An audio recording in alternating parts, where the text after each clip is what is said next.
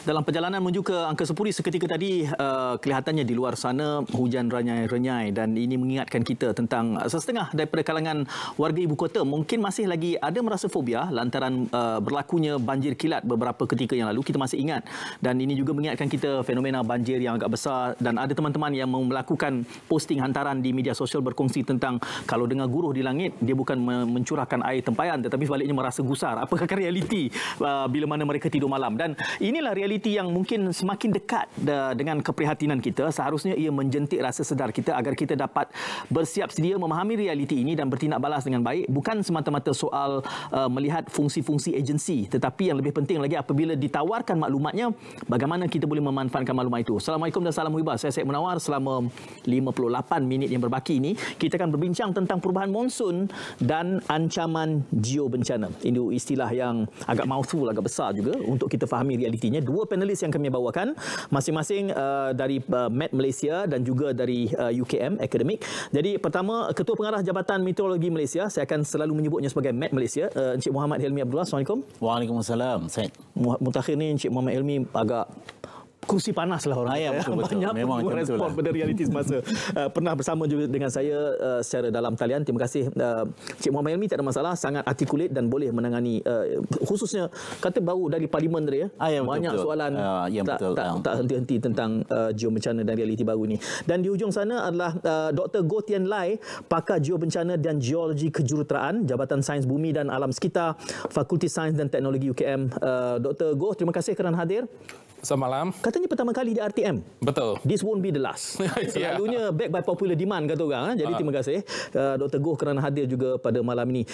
Saya mulakan sedikit anekdot tadi. Kan, orang KL ni bila mungkin dia masih segar dalam ingatan dia. Tetapi ini satu realiti. Saya nak mula dengan Cik Muhammad Helmi ya. Selalunya hujan lebat ini selepas musim tengkujuh bulan 11, 12, 1 kita menjangkakan nak mula jerbu misalnya. Tetapi tiba nampak dah apa yang berlaku untuk kita fahami perubahan peralihan monsun kita ni. Apa yang dapat kami katakan ialah ini merupakan satu fenomena yang dikenali sebagai keragaman iklim itu sendirilah ataupun keragaman dalam monsun timur laut itu sendiri.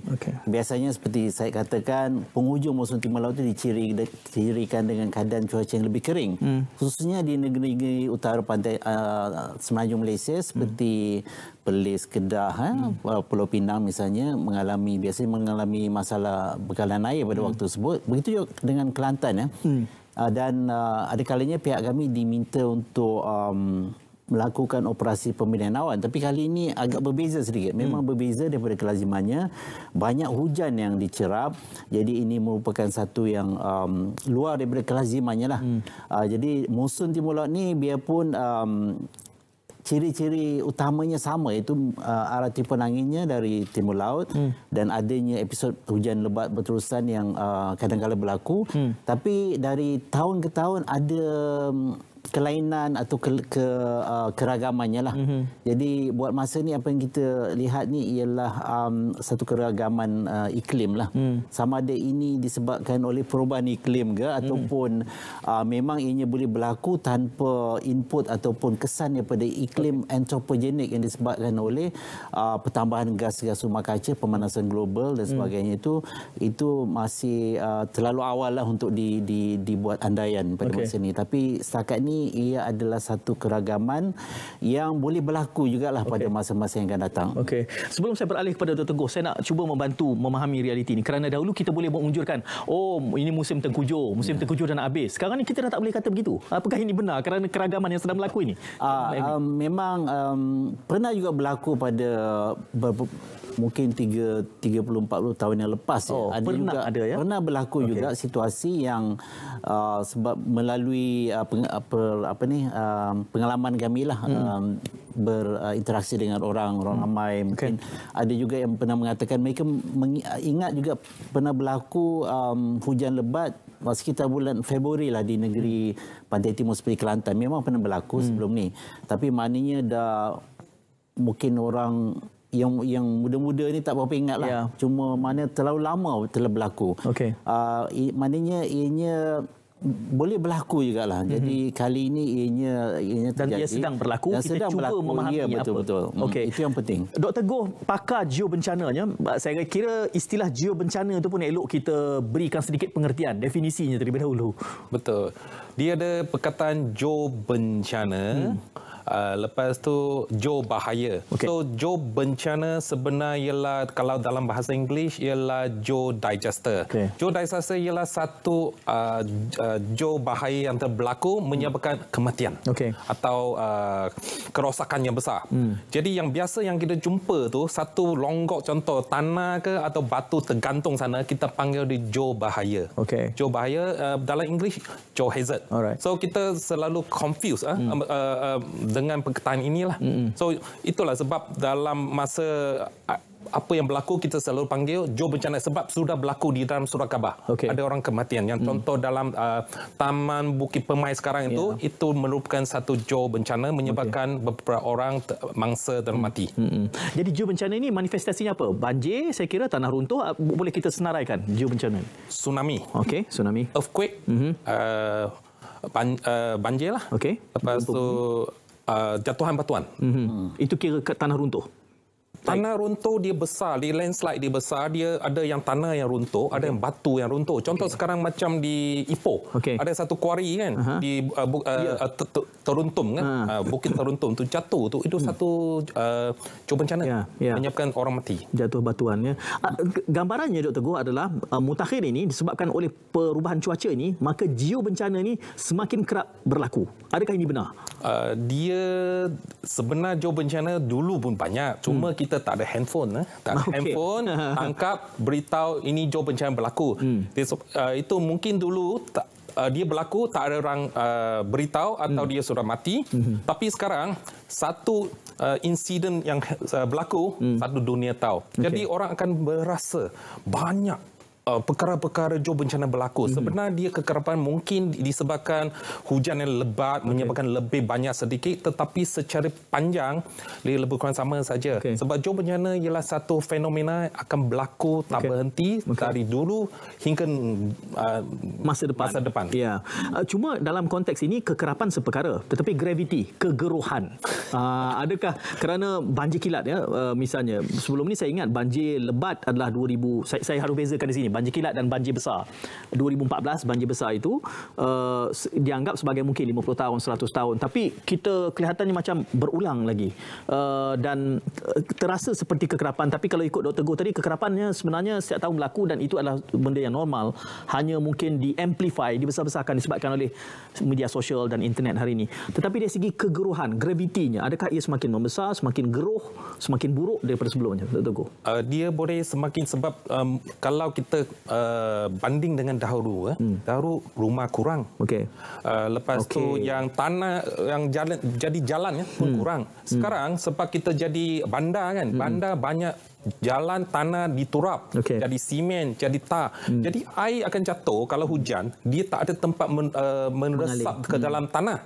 Jadi semua air masuk dalam parit. Jadi parit overflow. Overflow dia menjadi banjir lagi besar, tambah pula perubahan iklim mendadak, tambah lagi hujan, lagi dahsyatlah banjir itu. Baik. Cik Muhammad Hilmi, selalunya apabila berlaku, saya membayangkan banjir kilat baru ini yang melibatkan ibu kota. Ramai yang mula melihat pada Met. Macam-macam kata Met tidak melaporkan. Saya ingat banjir yang besar baru ini pun. Kemudian Perdana Menteri sendiri mengatakan sebenarnya Met sudah mengeluarkan amaran 6 kali. So, saya mengatakan 16 kali bahkan. Dalam realiti itu, saya kira kita faham fungsi Met Malaysia adalah untuk membuat unjuran prediction jangkaan dengan perubahan dan keragaman yang Cik Muhammad Hilmi nyatakan itu tadi, adakah berarti kita sudah tidak mengikut trend, pola, corak yang sebelumnya dan kita perlu membuat satu trajektori kemungkinan unjuran baru? Sebenarnya disebabkan oleh, kalau ikut laporan IPCC, laporan penilaian yang ke-6 dan yang sebelum-sebelumnya menunjukkan bahawa kejadian cuaca ekstrim ni semakin meningkat. Dari segi gravitinya ataupun dari segi kekuatan intensitinya lah. Dan juga dari segi kekerapan ataupun frekuensinya semakin meningkat. Jadi itu adalah satu fakta lah, memang dengan keyakinan ini tinggi bahawa itu berlaku, dan data kami juga menunjukkan bahawa itu sedang berlaku dan telah berlaku menjejaskan keadaan cuaca di negara kita lah. Jadi kita boleh jangkakan sebab disebabkan oleh sekarang udara ini semakin panas sebabkan oleh pemanasan global. Bila panas, udara ini semakin panas, ia boleh mengandungi wap air yang lebih tinggi.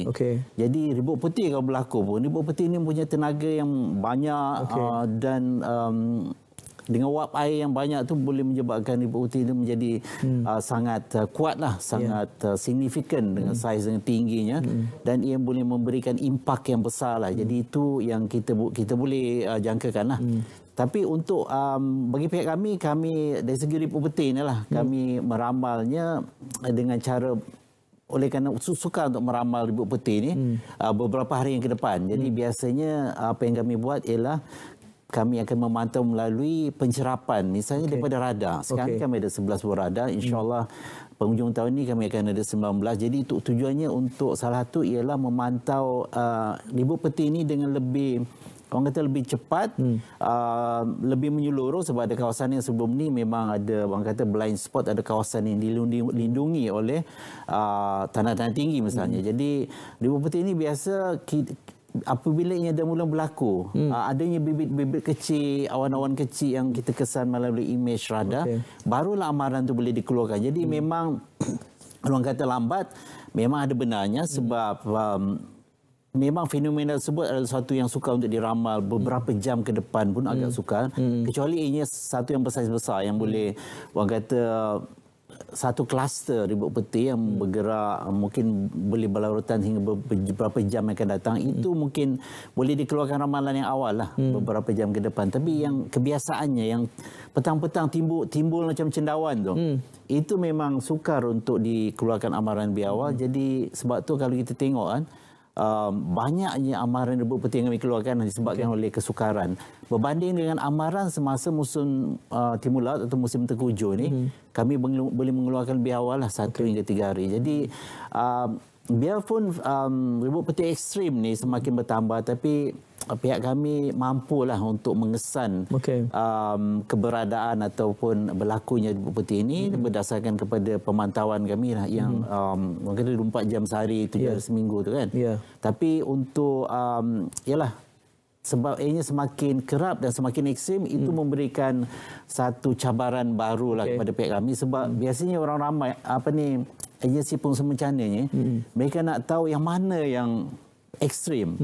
Jadi itu adalah satu yang sukar buat masa ni. Sebab ribut putih memang kerap berlaku hampir setiap petang. Sekarang ni lagi peralihan monsun dah mula berlaku pada ataupun bermula semalam 14 Mac.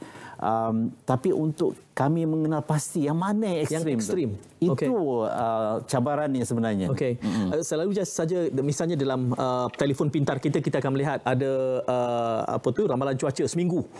Jadi adakah berarti sekarang ini seminggu itu sudah tidak boleh terpakai? Jangan percaya sangat apa yang ada. Itu saya nak tanya. Kemudian nanti kepada Dr. Goh juga, apabila kita mengatakan bahawa ribut putih semakin kerap, mungkin semakin intensitinya semakin besar di Malaysia ini, dalam keadaan bentuk muka bumi kita dan juga jenis tanah yang kita ada, sejauh mana ini akan memberikan kesan yang harus kita tahu sebagai orang awam, khususnya mereka yang duduk di kawasan kepadatan. Itu 2 soalan saya akan tanyakan masing-masing. Jadi teruskan kesihatan anda untuk kita cakna dan boleh menjadi ejen kepada perubahan iklim serta bencana yang lebih baik. Jadi kita jumpa seketika nanti.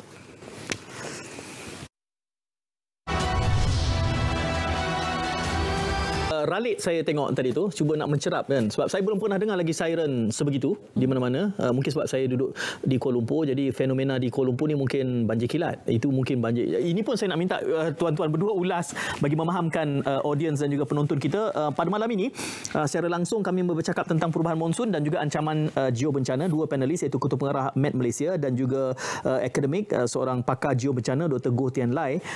Kita sudah mengulas dan saya gantung 2 soalan. Tapi saya nak minta ulas sedikit tentang sedikit siar raya yang dikongsikan itu tadi, Dr. Goh, bentuk-bentuk maklumat, cuba untuk educate, mendidik penonton. tadi yang kita jumpa dia siarkan ialah dia ada siren, kita banjir. Tapi sebagai orang awam, kita kena bersedia. Kalau dia sudah siren, kita kena tahu mana tempat kita perlu pergi. Mungkin kita perlu sedikit papan tanda daripada kerajaan atau pihak berwajib menunjukkan tanda arah tempat tinggi. Sebab masa siren tu semua orang kelang kabut. Kita tak tahu mana mau lari. Mungkin dia akan lari pergi sungai. Dia tak tahu dah. Ya, betul. So itulah perlu ada petunjuk. Ya. Encik Muhammad Helmi, soal ini saya kira ini untuk banjir. Tetapi realiti banjir kilat, apakah ini applicable dalam realiti Kuala Lumpur kalau ini banjir kilat? Ianya boleh juga dipasang untuk banjir kilat, tapi sebab banjir kilat ini ada satu fenomena yang berlaku dengan pantas. Jadi kalau untuk banjir sungai memang ianya sesuai sebab banjir sungai mengambil masa.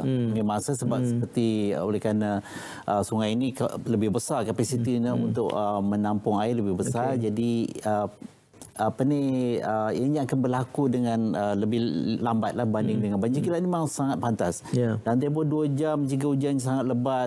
Jadi mungkin apabila siren itu berbunyi, penduduk di kawasan yang berhampiran itu mungkinlah berkemungkinan tak sempat untuk bertindak. Jadi yang paling penting sebenarnya ialah kesedaran daripada penduduk itu sendirilah. Jangan nak tunggu siren itu berbunyi baru ni, tapi peka dengan keadaan sekeliling. Peka dengan keadaan sekeliling dengan amaran. Sebab biasanya amaran ibu peti mungkin dah dikeluarkan, jadi mereka boleh merujuk tu. Dan perhatikan keadaan sekeliling juga pentinglah. Sebelum daripada kita nak menunggu siren tu berbunyi kan. Memang siren tu memang bantu, tapi usaha ikhtiar sendiri itu lagi pentinglah. Soalan susulan saya kepada Dr. Goh ini, saya nak buat sedikit sinopsis terlebih dahulu, kerana kita yang hadir pada malam ini, kita ada Met Malaysia, kita ada akademik geobencana pakarnya, tapi kita bercakap tadi soal banjir. Namun dalam konteks realiti banjir kilat ini, pihak-pihak yang mungkin terbabit termasuklah PBT, local councilnya, JPS kalau kita ingin mencerap soal kadar. Jadi ini juga harus difahami oleh rakyat. Pelbagai agensi yang harus digemling.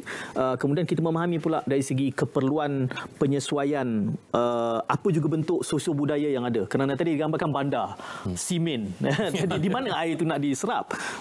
Bererti dalam konteks ini, apabila Encik Muhammad Helmi menggambarkan bahawa hujan mungkin makin banyak, ribut petir, cuma kita sukar untuk menjangkakan di mana ekstrim dan di mana yang sederhana. Mengambil kira bentuk muka bumi kita, Kuala Lumpur, namanya pun Kuala Lumpur pula lagi kan. Jadi di situ lembah pula, Taman Seri Muda, kawasan yang memang sepatutnya menjadi tadahan hujan, kemudian dibangunkan perumahan di situ. Jadi sepatutnya mereka yang berada di lokaliti sebegini, pertamanya mengetahui bahawa mereka lebih prone, lebih cenderung untuk menerima bahana daripada geobencana, lebih berisiko. Tentang bentuk muka bumi, tentang jenis tanah, saya nak minta Dr. Goh ulas sedikit realiti baru ini, peralihan monsun ini dalam konteks geobencana Malaysia. Daripada tengok sedekat ini, kita ada 2 perkara yang berlaku, banjir lagi tanah runtuh. Daripada pemerhatian, tengok banjir yang berlaku tu, rakyat banyak dia orang tak tahu apa nak buat masa banjir. Dia tunggu sampai air sampai sini baru minta tolong. Itulah menyebabkan kita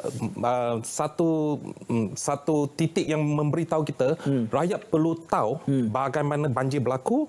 Dan lagi satu, dia perlu dididik macam mana menyelamatkan diri dan melihat tanda-tanda sampai setakat mana dia perlu melarikan diri dan ke mana. Ini perlu dididik daripada pihak berkuasa.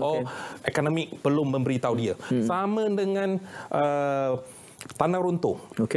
Tanah runtuh ini saya rujuk kepada Taman Bukit Permai. Dia ada merampas 4 orang. Sebenarnya mengapa 4 orang ini boleh terkorban? Setahu saya ada wawancara dengan mangsa. Anak mangsa ialah anak murid saya.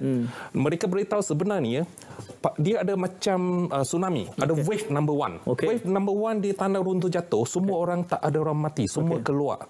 Sebab disebabkan dia orang tidak tahu ini adalah tanah, ada yang wave kedua, dia orang tak lari. Selepas 2-3 minit, wave kedua yang datang besar, tanah jatuh sehingga rumah pertama timbus. Rumah kedua setengah timbus, menyebabkan 4 orang mati. Ini perkara ini memberitahu kita bahawa kita perlu memasukkan elemen untuk mengetahui apa itu jawab bencana. Okey. Satu, mengenal pasti. Keduanya, macam mana kita mengenal pasti signal dia, kita perlu larikan diri. Okey. Lepas tu, kalau lari diri, nak buat apa? Lari ke mana? Kita perlukan program ini dimasukkan kepada masyarakat kita. Okey. Sementara Cik Muhammad Hilmi, kita berbicara tentang pendidikan kepada khalayak. Banyak kita merujuk kepada banjir. Banjir yang biasa itu. Tetapi dalam konteks banjir kilat, mungkinkah kita institusikan pengetahuan-pengetahuan sama seperti yang Dr. Goh nyatakan itu tadi dalam konteks lokasi yang berisiko untuk banjir kilat? Mungkin juga sebab sekarang ni kita berada dalam peralihan muson. Jadi aktiviti peti seperti saya terangkan tu memang kerap berlaku pada waktu petang, boleh berlarutan sehingga ke awal malam. Jadi apa yang kita perhatikan, ada kalanya kita lihat sebab waktu petang sepatutnya pada waktu petang ni janganlah keluar ke tempat kalau nampak tanda-tanda akan berlakunya ribut petir. Ada yang masih melakukan kerja di bangunan tinggi seperti yang berlaku baru-baru ni. Kita lihat ditiup oleh angin kencang sebab ribut petir ni membawa angin yang kencang. Gondola itu. Jadi kita lihat bahawa itu salah satu seperti Dr. Goh katakan, memang kesedaran awam tu tentang bencana, tentang hazard tu, tentang fenomena cuaca ni agak kurang lah. Jadi ada kalanya juga pada waktu petang sepatutnya hindarkan daripada berada di kawasan terbuka bila ribut petir berlaku, tapi masih juga berlaku. Ada yang pergi ke pantai dan sebagainya, ada yang mandi di sungai. Ribut petir berlakunya kepala air dihanyutkan oleh air sungai dan sebagainya. Jadi banjir kilat tu memang sebelum banjir kilat berlaku memang ribut petir seperti yang biasanya ribut petir akan berlaku, dan faktor-faktor lain lah. Kalau di bandar ni memang kerap sebab longkang tersumbat satu. Longkang tersumbat pun ada ialah disebabkan oleh mungkin sikap orang ramai juga kan. Ada setengahnya membuang sampah merata tempat. Jadi itu juga harus kita tanamkan sikap supaya hindarkan ataupun elakkan daripada membuang sampah merata tempat, sebab ia akan mengundang kepada bencana yang sedemikian.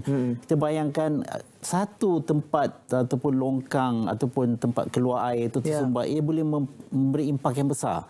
Jadi sebab tu pendidikan tentang ialah gaya hidup lestari inilah patut diterapkan kepada orang ramai lah, supaya untuk menghindarkan daripada berlakunya bencana seperti banjir kilat dan sebagainya. Ya, dua saja perkongsian saya kepada penonton. Pertamanya, saya tidak ingat secara spesifik kadar jumlahnya, tetapi saya kira di BKL setiap hari 2-3 tan sampah dikaut daripada sungai Gombak dan Sungai Kelang. Itu kita dah kongsi banyak kali di dalam bual bicara kita perkara pertama. Yang kedua, kita ingat di bawah di YouTube dikongsikan bagaimana Sweden banjir kilat airnya jernih. Kerana mereka tidak ada sampah. Jadi itu satu realiti yang harus kita merasa terpukul juga apabila Encik Muhammad Hilmi menyatakan ini. Dr. Goh, soal rantaian ini, saya membayangkan tsunami mungkin berkait juga dengan gempa bumi. Tetapi kita cakap tadi soal tanah runtuh dan kadar hujan yang semakin banyak. Jadi perlukah bagaimana kita harus cakna apabila kita kata hujan lebat akan semakin banyak berlaku, probability, kemungkinan untuk berlakunya tanah runtuh yang semakin kerap. Bagaimana kita harus mengambil tahu ini? Apakah kita akan berjeda dahulu ataupun kita akan berjeda, dan itu soalan saya gantung kepada Dr. Goh, akan jawab sejurus selepas kita berehat seketika.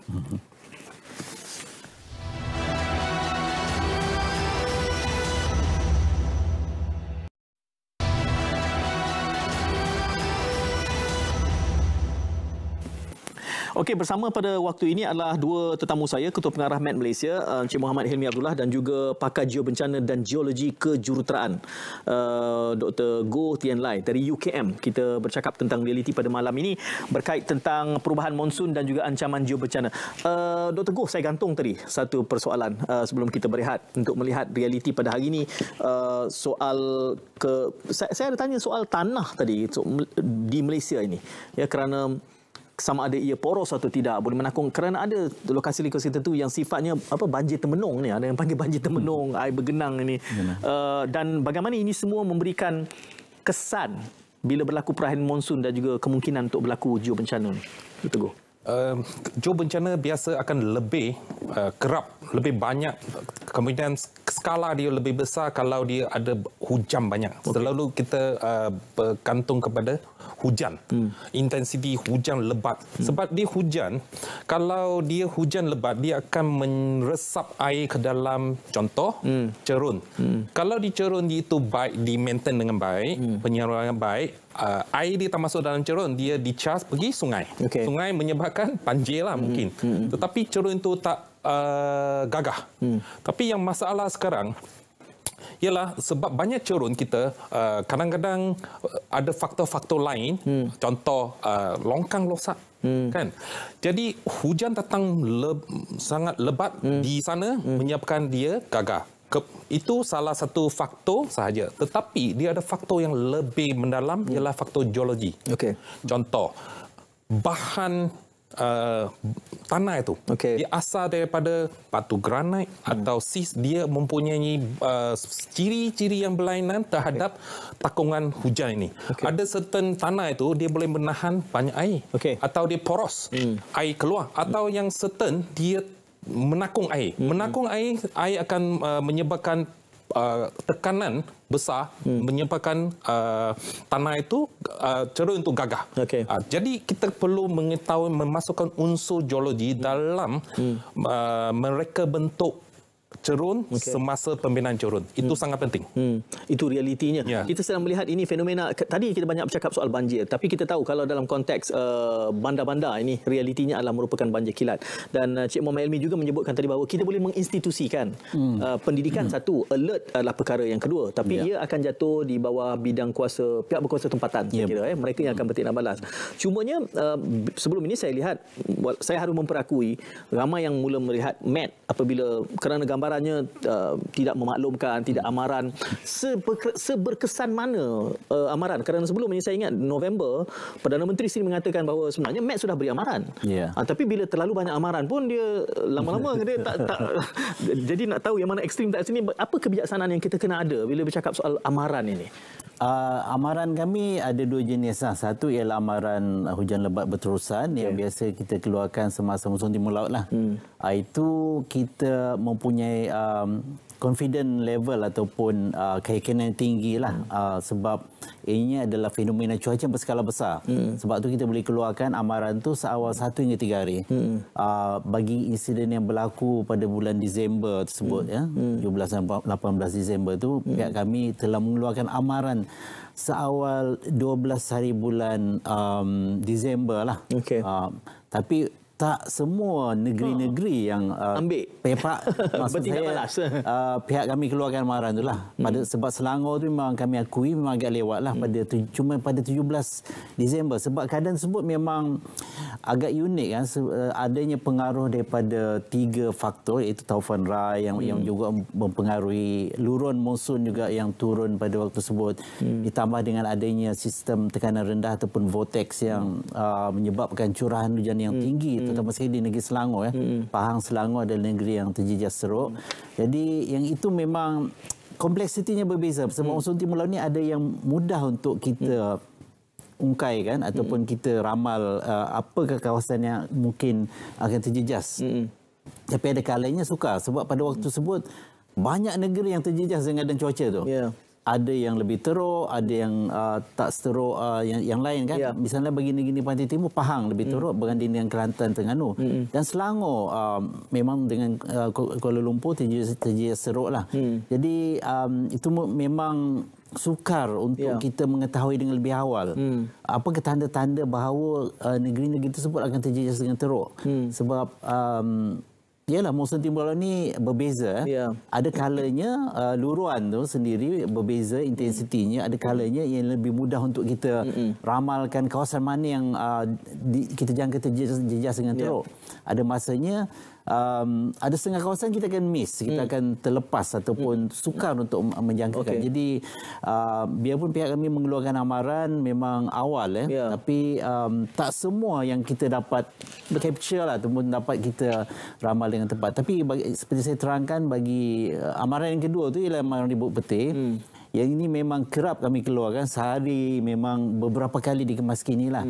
Yang ini memang Sebab ribuan peti ni sifatnya, nature-nya ialah suka untuk kita kenal pasti kat mana yang akan terbentuk, bila dan di mana. Dua permasalahan yang memang sentiasa daripada dulu sampai sekarang belum dapat terjawab dengan peratus ralatnya ada 5%, 10%. Memang kalau ribuan peti itu kita cuma dapat menjangkakan ianya berlaku apabila ada tanda-tanda dekat image radar tu. Begitulah itu selalunya berapa jam? Biasanya berapa minit ataupun dah berlaku. Jadi memang tak sukar nak bertindak balas kalau PBT tahu pun yang boleh buat kan dalam. Kecuali seperti saya terangkan tadi, ianya ada ribuan peti jenis kluster yang besar yang boleh berlarutan sehingga berjam-jam, 6 jam, ada yang lebih daripada itu lebih mudah. Dan ianya berskala lebih besar, bergerak biasanya dikenal sebagai garis badai lah, ataupun squall line. Itu lebih mudah. Jadi ia bergantung pada keadaan. Ada yang rebut peti ni, kalau yang petang-petang macam cendawan tumbuh tu memang sangat sukar. Teknologi setakat ni meteorologi seluruh dunia pun sekarang ni masih belum mampu untuk menunjuk pinpoint di mana. Bercakap soal kompleksiti ni, saya nak beralih kepada pakar geobencana kita, kerana anggapan kita hujan lebat maka kawasan rendah yang akan terjejas teruk. Tetapi kalau kita melihat sinopsis belakang bulan 11, bulan 12 yang lalu, kita buat dua perbandingan. Saya bersama dengan Cik Muhammad Helmi tanya tentang ini. Seri Muda kita faham rendah, tetapi Hulu Langat kawasan tinggi. Tapi sana bentuk banjirnya lain, di sini bentuk. Jadi boleh kita fahami realiti ini dalam keadaan kedua-dua itu dalam tempoh yang sama, hujan yang sama, luruan yang sama, tetapi kesannya satu kawasan tinggi jadi satu kawasan rendah. Meruntuh seluruh ego kita sebagai manusia. Kita kata kawasan rendah saja, tak. Kawasan tinggi pun boleh kena teruk juga. Berkenaan dengan ini, kita cakap Seri Muda. Seri Muda ialah floodplain, memang air datang, semua berkumpul di sana. Itu kita faham. Kalau yang Hulu Langat itu, ialah kawasan Sungai Lui itu tinggi, sebenarnya yang kita jumpa ialah gabungan. Dia bukan banjir saja. Yang dia gabungan debit flow, aliran piung. Aliran piung ini berlaku sebab ada hujan, lepas tu dia biasa ada empangan temporary, tersumbat, macam sungai tersumbat banyak. Kepala air lah. Kepala air, dia belum tersumbat dulu, lepas tu pecah. Pecah lah, datang dia macam banjir. Tapi kali ini bukan satu sungai tersumbat, saya rasa banyak sungai yang terjadi sekali dipecah, jadi ini macam. That's why itulah kita panggil bencana berantai. Is a few event. Beberapa banjir pun ada, debit flow pun ada, so landslide pun ada. Tiga sekali. Bolehkah, apakah kita sudah ada dalam konteks trajektori bukan istilah yang tepat, tapi menjangkakan, apakah kita boleh ada pemetaannya ini kawasan-kawasan berisiko, Dr. Goh? Ada. Memang kerajaan JMG kita buat risk map. PBRC, dia ada projek panggil PBRC, kita pergi mengelaskan di mana kawasan yang berisiko tinggi. Dia makna berisiko maknanya kepada manusia, kepada harta benda kita. Kalau tempat yang sama, kita di dalam hutan, dia terpanggil risiko. Di Malaysia kita sudah buat risiko map, sudah ada. Jadi daripada sana kita boleh menggunakan sebagai untuk future planning, untuk merancang mana kita nak buat pembangunan highway di mana, kalau nak buat high rise building di mana, kita boleh berdasarkan ini. Cuma masih dia buat beberapa tempat, Cameron Highland, Ceras pun sudah buat, Sabah, so dia tengah buat, ada nak kumpulkan satu Malaysia. Lepas tu dengan informasi ini, pembangunan, saya berharap itu developer boleh mengambil, boleh membeli, dan dia boleh design ikut tahap kerisikoan dia. Itu belum ditawarkan kepada awam. It's not meant for public lagi. Peta risiko ni. Adakah peta risiko ini Encik Muhammad Helmi akan boleh membantu kalau kita, sebab saya bayangkan, saya ingat lagi 2014 saya mengacarakan buat bicara ini, turun hujan, saya ingat saya gambarannya ketika itu, kita tahu hujan turun dengan banyak, tetapi pertamanya kita boleh sedikit menjangkakan turun di mana, tetapi kemudian dia mengalir ke mana, itu satu persoalan yang lain pula tu. Sebab dia akan melihat cerun. Saya masih ingat lagi Temerloh kita tahu memang itu kawasan yang rendah dan akan segera kena, tetapi kita tak sangka daripada tempat jatuh dia akan meluru. Ini kita perlu fahamkan sedikit ni soal luruan daripada hujan di mana jatuh itu juga satu masukan untuk kita jangkakan. Betul. Seperti Dr. Goh terangkan juga ada, kalau dari segi seismik juga, ada segi gempa bumi juga, kita ada juga peta risiko gempa bumi peta ialah yang boleh menunjukkan kawasan-kawasan mana yang berisiko tu. Jadi bagi kalau kita tengok sebab setengah tempat tu lebih mudah untuk berlakunya bencana ni. Jadi kita misalnya kalau di bandar-bandar besar ribut petik boleh berlaku di kawasan-kawasan tertentu. Jadi penduduk-penduduk tu dia harus juga kenal pasti, tahu kawasannya, risiko di kawasan sendiri tu. Sebab orang kata local knowledge, pengetahuan setempat tu bagi saya sangat penting. Mereka tahu bahawa pernah berlaku kejadian ni, mungkin berulang lagi pada masa-masa yang akan datang. Pemetaan mungkin ada limitasinya, seperti Dr. Goh katakan, ada setengah yang masih belum untuk public consumption ataupun untuk awam tapi penduduk setempat tu mesti dengan pengetahuan mereka tu, local knowledge orang kata kan, pengetahuan tentang risiko tempat sendiri itu memang sangat penting lah. Itu juga satu bentuk awareness ataupun kesedaran awam tentang risiko bencana tu. Kena ada pada setiap masyarakat di Malaysia ni lah. Local wisdom yang Cik Muhammad Elmi sebut ni. Saya orang Perak. Tok opah saya rumah di tepi Sungai Perak. Jadi sepanjang Sungai Perak tu, rumah dia kaki tiang dia tu tinggi. Kerana pernah berlaku banjir besar di situ. Jadi local wisdom tu menyebabkan mereka. Tapi kemudian tak berlaku banjir lama kat situ. Di bawah tu dah jadi dapur. Sekarang dah jadi rumah. Jadi ini elemen-elemen local wisdom yang boleh kita perdebatkan lebih lanjut seketika nanti. Kita kembali berjeda terlebih dahulu.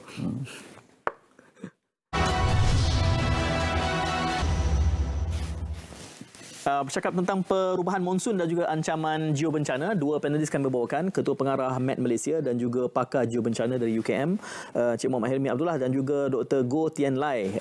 Banyak sudah kita sentuh dan kita kongsikan semenjak 48 minit ni lepas. Tetapi mutakhir ini kita selalu, Cik Muhammad Helmi, air pasang ni selalu kita dengar.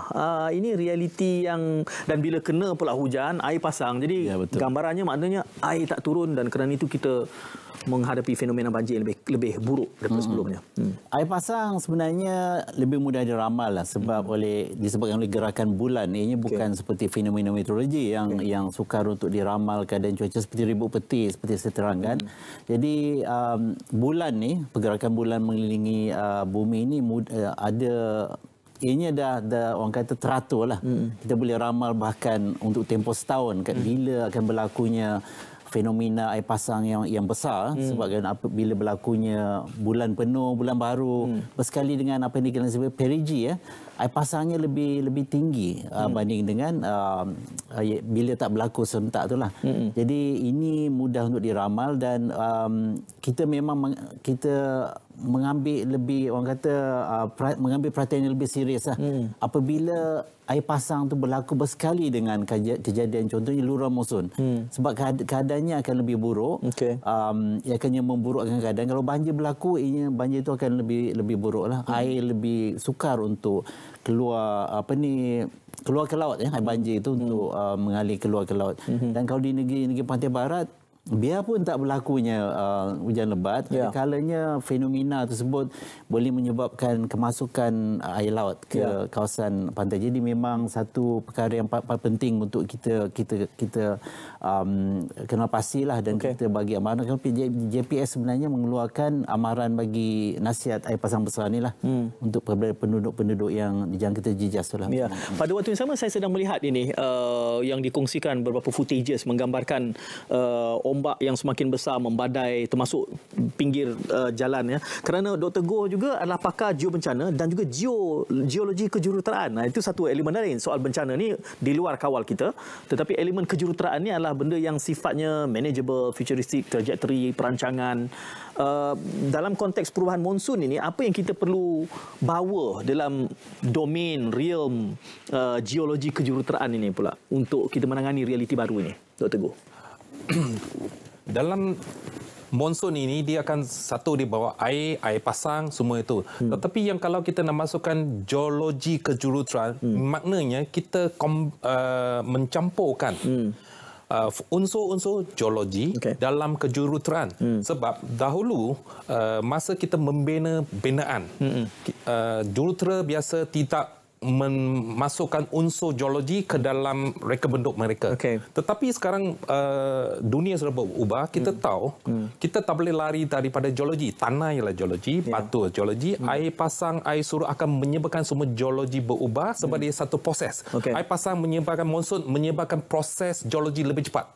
Contoh weathering, lulu hawa akan cepat di tepi sungai. Jadi apakah macam mana kita nak masukkan, kita akan bagi input kepada jurutera yang mereka bentuk membina untuk memasukkan ilmu ini ke dalam reka bentuk mereka supaya dia lebih tahan kepada unsur-unsur cuaca bencana ni, geologi ini. Saya menjangkakan geologi kejuruteraan ini adalah satu disiplin yang mungkin relatifnya baru. Dalam keadaan perbandaran kita ni sudah agak tua ataupun lama. Bilakah disiplin ini mula masuk?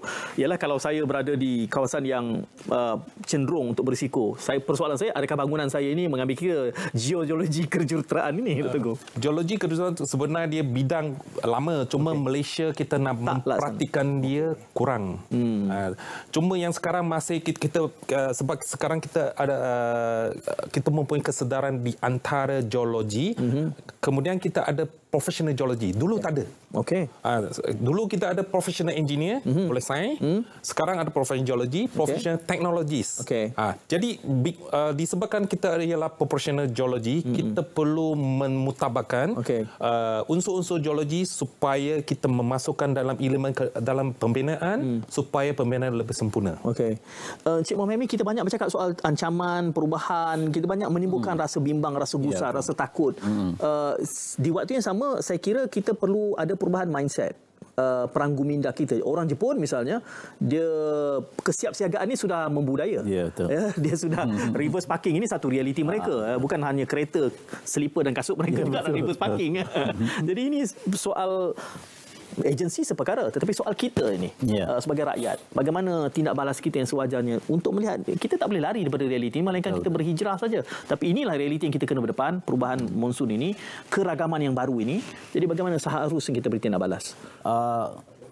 Sekarang kita berada dalam perayaan monsun. Sebenarnya perayaan monsun ni musim-musim di Malaysia ini sebenarnya ada, bukan kita tengok aspek negatif saja, kita juga lihat daripada segi positifnya.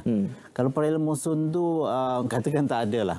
Negeri-negeri pantai barat berkemungkinan akan mengalami masalah di segi air, bekalan air. Kalau sekarang sebab antara musim yang ataupun tempoh negeri-negeri pantai barat mengalami hujan yang tinggi ni ataupun curahan yang tinggi adalah semasa perayaan monsun. Jadi perayaan monsun ni kali ini ada kalanya membawa curahan hujan yang lebih tinggi. Jadi itu satu seperti saya terangkan, mungkin satu keragaman yang kita harus hadapi. Jadi kita harus memiliki, orang kata, resilience lah. Kita harus boleh beradaptasi dengan keadaan norma yang baru ni. Sebab ialah kita tinggal terutama kita tinggal di bandar. Kalau di kampung tu mungkin kurang sikit dia punya ni, sebab di bandar ni adanya faktor yang dikenal sebagai kesan perbandaran ataupun urban heat island effect dia, kesan dia tu sebabkan oleh bangunan-bangunan tinggi, harbournya lebih tinggi, suhunya lebih tinggi banding dengan kawasan berhampiran di kampung, memungkinkan ribut petinya lebih kuat, curahan hujan juga lebih tinggi. Jadi itu satu yang kita tak boleh lari lah. Semakin urbanisasi ni atau pembandaran ni, perkembangan dari segi banyak bangunan-bangunan yang dibina tu akan menjadikan kesan yang sebegini lebih kerap lah. Jadi kita harus seperti bak kata Cik Said, orang Jepun ni kan mindanya macam tu, dia terdidik, dia boleh bertindak sebelum perkara itu berlaku. Bagi saya, kalau kita di Malaysia ni sebelum Sebab tanda-tanda ribut putih itu memang jelas berlaku. Kita tak perlu sebenarnya bagi mereka yang berada di luar, bila nampak langit gelap, angin dah mula bertiup dengan kencang, tak perlu tunggu. Tak, dia nak balik cepat. Sebab ribut putih petang. Ya, betul. Dia kena balik dia cepat. kena ambil langkah yang seterusnya. Pergi cari tempat perlindungan di tempat yang selamat. Jangan berdiri di bawah pokok, sebenarnya pergi padang. Kadang kita mungkin alpa leka dengan situasi yang sebeginilah. Jadi harus ada kesedaran tentang fenomena cuaca di Malaysia inilah. Dalam 1 minit yang berbaki ini, Dr. Goh, soal kejuruteraannya.